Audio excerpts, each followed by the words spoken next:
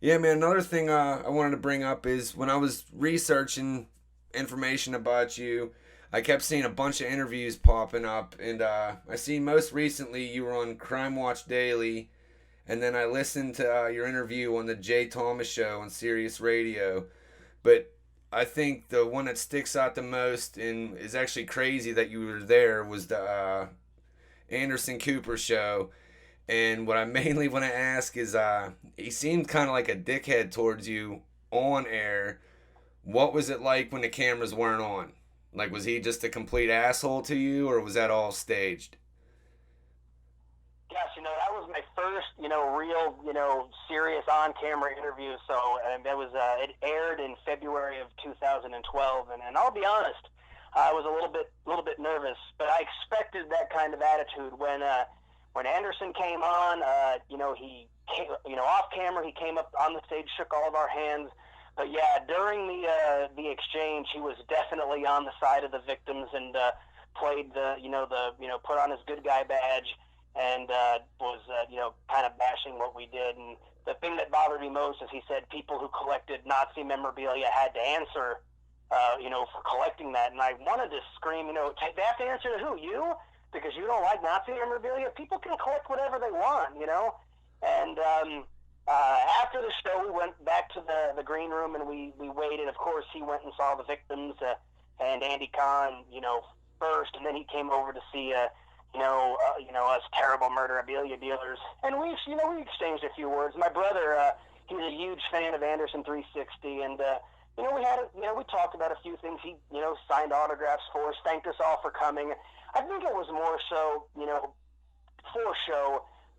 Would he push for legislation to make what I do illegal? I mean, I don't know. I don't know the guy. I'm not like best friends with him. We didn't, exchange phone numbers. Although I certainly wouldn't mind the Silver Fox giving me a buzz. Yeah, he was a. It's just he has a role to play.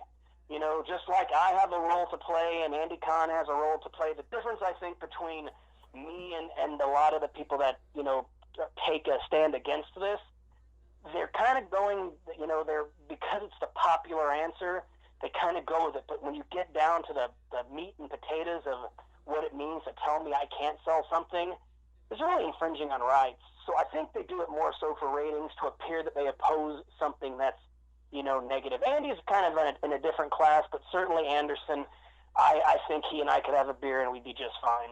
If you're not Andy, Anderson, and if Anderson, if you happen to hear this by chance, hope all is well, bud. How was the actual audience towards you? Like, did you run into anybody out in a parking lot that gave you any shit, or? No, they actually edited the show pretty good. They took out a lot of my points about people writing books, trying to make money, how that's the same thing.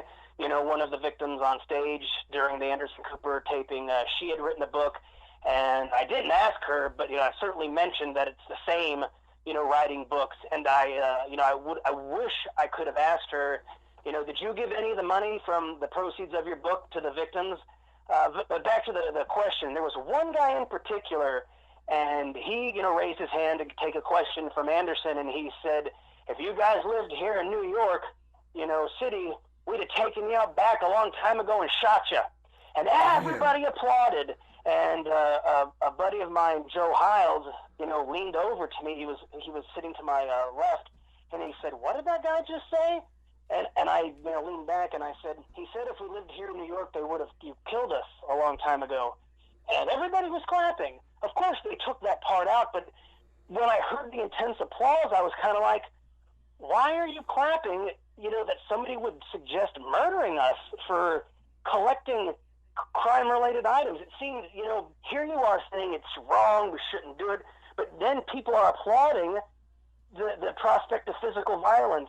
As we were exiting the stage, one guy started booing at us, and the Anderson people quickly told him to stop.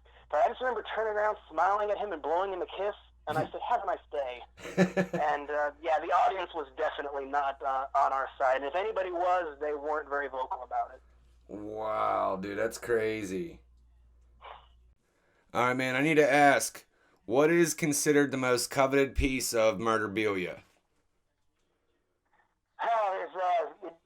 In my opinion, I would say that John Wayne Gacy's Pogo the Clown is probably the most commonly coveted piece. It's, Gacy did a lot of them. His Skull Clown is also very popular. I have to, throw in no Manson. Manson letters are very popular. People want to have Manson signatures, and they're beyond easier to obtain than Pogo's. So I would say a Charles Manson signature is certainly a beginner's, coveted item. For the more serious collector wanting to get the Pogo the Clown or Skull Clown by John Wayne Gacy, and then for the people that are really into this, Charles Manson makes these little string artworks, out of pulls apart socks or prison sheets. Sometimes he used to be able to order yarn, but he'll make these scorpions or spiders or dolls. And, because those are so rare, they hardly make it out of the prison. Those are, up there in value and certainly are desired. But the Charles Manson signature would probably be the most obtainable and the one most people are looking to have. And then for the more advanced collector, it's a John Wayne Gacy painting of some sort. All right, then that would lead me to say, what is William Harder's most coveted piece of murderabilia? I get asked this all the time, what's my favorite piece in my collection, or what's the one item that I appreciate above all others, and it's really not a tangible thing. Tangible items come and go. My house could burn down, and I would lose all the items that I owned, and I still wouldn't lose my favorite piece. My favorite piece of murderabilia is this life that I'm living. It's the collected experience, going to prisons and meeting people, like Charles Manson, running into, inmate families and having dinner at their homes and,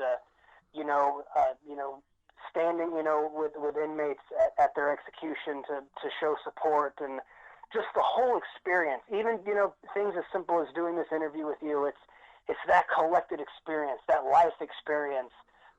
It replaces any tangible item that I could ever collect. I will say I am kind of fond of my Manson string arts. I do have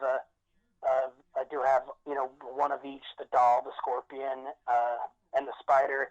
And I have 4 paintings by Sean Sellers, and those 4 really come to mind as being personal favorites because I never did get the opportunity to meet Sean. It's a very, very unknown case, and I'm very happy with the 4 paintings I've acquired. Wow, that's actually a really cool answer, dude. And then I guess I'm gonna end the interview with giving you a chance to say anything you'd like to clear up, anything that was probably censored or cut out that didn't make it on other interviews, and tell the listeners where they can find you, and just I'm gonna give you the floor to end the interview how you want to end it, man. Well, Dems, I gotta say, I think you did a pretty good job. You said right at the beginning this was your first interview, and I think you covered pretty much all the bases. There hasn't been really any major stone left unturned. We covered all of it.